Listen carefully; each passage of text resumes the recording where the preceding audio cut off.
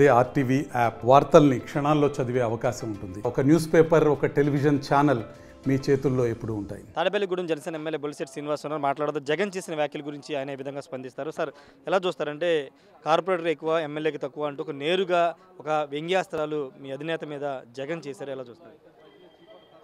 ఇది ఒకటి చెప్తున్నా, కోడికత్తికి ఎక్కువ గొడ్డలకి తక్కువ.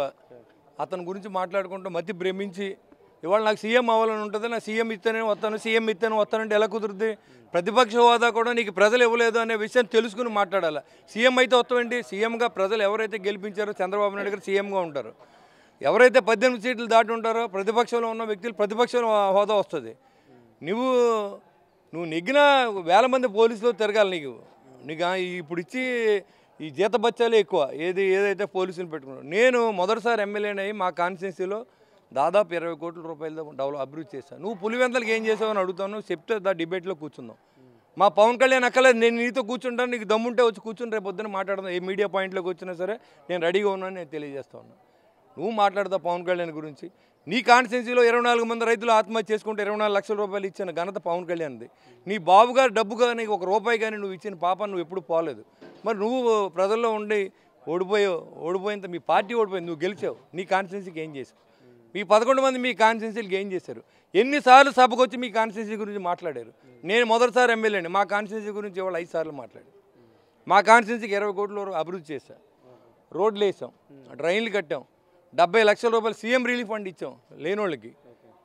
ప్రతిదీ అభివృద్ధి, ప్రజా అభివృద్ధితో స్టేడియం, ఇండోర్ స్టేడియం కట్టిస్తూ ఉన్నాం, క్రికెట్ స్టేడియం కట్టిస్తూ ఉన్నాం, స్విమ్మింగ్ పూల్ కట్టిస్తూ ఉన్నాం ప్రజల డబ్బుతో. నువ్వేం చేసావు చెప్పండి. నువ్వు నిజమైన ఎమ్మెల్యే, పులివెందుల ఎమ్మెల్యే అయితే నువ్వు చెప్పు, నువ్వేం చేసావో, మేము పులివెందులకి ఏం చేసావో చెప్పాలి. అప్పుడు మాట్లాడుకుందాం, ఎవరు గొప్పోళ్ళో ఎవరు కాదో అప్పుడు మాట్లాడుకుందాం.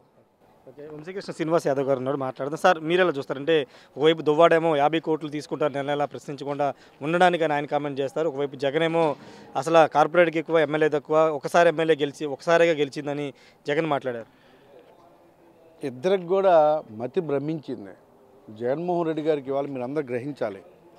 జగన్మోహన్ రెడ్డి అనే వ్యక్తి తన ఆర్థిక సామ్రాజ్యాన్ని విస్తరించుకొని నేను 30 సంవత్సరాలు ముఖ్యమంత్రి అని చెప్పేసి ఏదో సినిమాలో బ్రహ్మానందంగా కలరిస్తూ ఉండేవాడు. అది పోయేసరికి మైండ్ దొబ్బేసి ఇలాంటి కార్యక్రమాలు చేస్తూ ఉన్నారు. పవన్ కళ్యాణ్ మీద కదా కానీ ముఖ్యమంత్రి మీద ఇలాంటి విమర్శలు చేసుకుంటూ బతుకుతూ ఉన్నాడు. ప్రతిపక్ష హోదా ప్రజలు ఇవ్వాలి. ప్రతిపక్ష హోదా ఇచ్చినా 10 సీట్లు ఇచ్చినా ప్రజలే ఇవ్వాలి. ప్రజాక్షేత్రంలో నీకు ఆ అవకాశం ఇచ్చారు ప్రజలు, 11 సీట్లతో కూర్చోబెట్టారు. వై నాట్ 175, 151 దేవుడిచ్చిన స్క్రిప్ట్ ఇలాగ పిచ్చిగా మాట్లాడి ఇవాళ అసెంబ్లీలో కూర్చోడానికి భయపడి, తన ఆర్థిక లావాదేవీలను బయటకు వస్తే భయపడి తనతో పాటు పాప మా ఎమ్మెల్యేలు కూడా రానివ్వట్లేదు.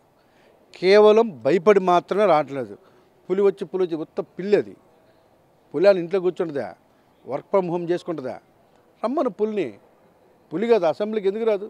ప్రజలు నీకు ప్రతిపక్ష హోదా ఇవ్వలేదు, రండి, ప్రజాక్షేత్రం మళ్ళీ ఉంది కదా, అప్పుడు తెచ్చుకోండి ప్రతిపక్ష హోదా, ప్రజా సమస్యలో పోరాటం చేయండి. అంతే తప్ప నేనేదో ఎరగబడిపోయి అసెంబ్లీలో ఇప్పుడు ఇక్కడికి వస్తే జనాలు నవ్వుతారు అవన్నీ గుర్తుకొచ్చేసి సిగ్గేసి నువ్వు రావట్లేదు తప్ప ఇంకోటి కాదన్న విషయం ప్రజలందరికీ కూడా తెలుసు.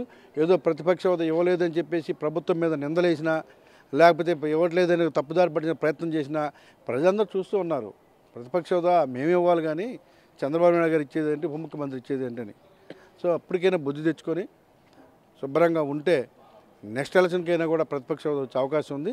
నువ్వు ఎలాగ ఉంటే నీ ఆర్థిక లావాదేవీలు కానీ, లేకపోతే నీ సామ్రాజ్యం కానీ, 30 సంవత్సరాల కళ కానీ కలగా ఉండిపోద్ది తప్ప మళ్ళీ వర్క్ ఫ్రమ్ హోమ్ తప్ప నీకు ఇంకేం ఉండదని చెప్పేసి కూడా నేను తెలియజేస్తాను. Okay, thank you sir. మొత్తంగా వర్క్ ఫ్రమ్ హోమ్ తప్పితే ఇంకా జగన్కి మిగిలేది ఏముండదని వంశీకృష్ణ శ్రీనివాస్ చెప్తున్నారు. ఖచ్చితంగా ప్రజలు ఇచ్చేది ప్రతిపక్ష హోదా, కానీ పార్టీలో ప్రభుత్వాలు ఇచ్చేది కాదు. ఆ విషయాన్ని జగన్ గమనించాలని వంశీకృష్ణ యాదవ్తో పాటు జనసేన ఎమ్మెల్యేలు చెప్తున్నారు. కెమెరా పర్సన్ విజేత రాజేష్, RTV అసెంబ్లీ నుండి. మరిన్ని వీడియోస్ కోసం ఛానల్ ని సబ్స్క్రైబ్ చేయండి. లేటెస్ట్ అప్డేట్స్ కోసం వాట్సాప్ ఛానల్ ని ఫాలో అవ్వండి. ఆ లింక్ డిస్క్రిప్షన్ లో ఉంది.